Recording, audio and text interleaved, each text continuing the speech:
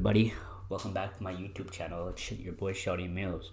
So today I wanted to discuss about the process of writing and how the process of writing really helps me formulate my way of thinking and my writing process. So trying to formulate my writing process, basically I try to write out. Okay, so I write out my lyrics first, write all the lyrics, get a general idea of how I want to express those lyrics, okay? And then if I get a new idea that comes to mind and I want to revert back to that idea, then I place it in a particular line if it makes more sense, or if it furthers the particular idea that I'm trying to expand on within that particular line. So when I expand on my ideas in that particular line, then I know that I'm furthering the way that I'm delivering that to my particular audience. For instance, okay, say I have a line and I say, got this rap game locked up in a lever.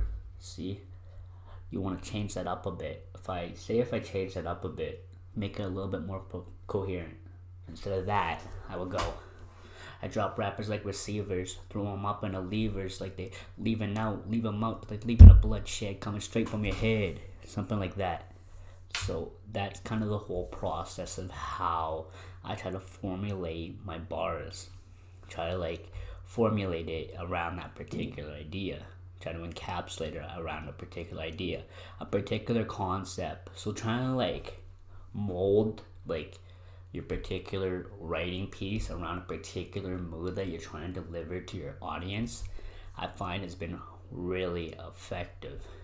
And some of the most popular sought after rap songs nowadays, most of them are written feeling a strong, intense feeling about something. A strong, intense feeling. Strong.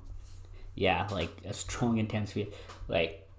Hate It or Love It by The Game and 50 Cent. Lots of Eminem songs that are hardcore and stuff like that.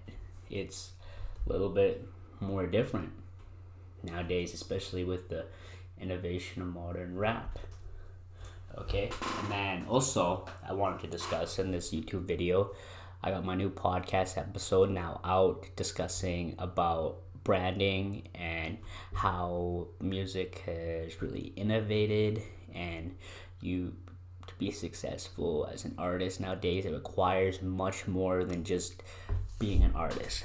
Because being an artist, you're a brand, you're representing yourself as a brand, you are a business, and as a business you want to deliver yourself to the right target audience. And when you deliver yourself to the right target audience, then you would get and generate more leads from that particular audience, and then down the road those leads will pay off and hopefully lead to more organic followers or organic people listening to your music, as if you will. Okay, so I want to discuss a little bit more about inspirations for music and stuff like that. So I'd say lyrically speaking, Eminem is one of my biggest inspirations for writing lyrics. Put Tupac, Notorious B.I.G. up there. Locksmith, one of the most underrated rappers in the game. And there's also, who else am I looking at? Also, I'd say Cole and Kendrick Lamar. Those are some of my biggest influences. And there's lots of other ones, the old school ones as well. Rakim up there, Ghostface Killer, Atmosphere, just to name a few names out there that have influenced me as an artist. And okay, yeah, so those influences, I feel lyrically speaking, they do speak on a lyrical high level for me.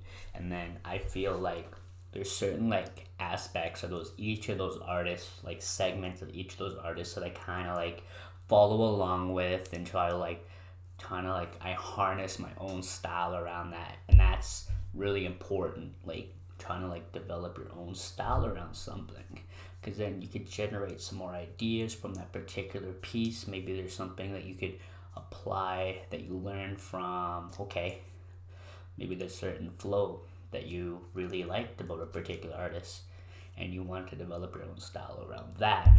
Well, you could kind of like just make your own style of that and finding your voice around that, because your brain is gonna like be hardwired. When you hear more music, the more that you listen to an artist that you want to sound like, the more likely you're gonna sound like that, because you just hardwire it in your brain, and your brain starts to know how that sounds. It recognizes that sound. It's like has like a sensory to that, is, if you will. It remembers that. It has like a muscle memory, or like in that brain, your brain like processes it in different like codons, and when that happens, your brain starts to recognize those sounds and pick up on those sound waves and recognize those sounds that come hit straight towards your eardrum. And yeah, I find that is something that you should be aware of as an artist, knowing how that works and knowing like manipulation of sound and knowing how to change your voice, and applying that is really vital as an artist and trying to grow as an artist as well. So yeah, anybody that is looking to check out my new podcast episode, it is now available on Spotify, Apple Podcasts, and all podcasting platforms, so you can check that out as well.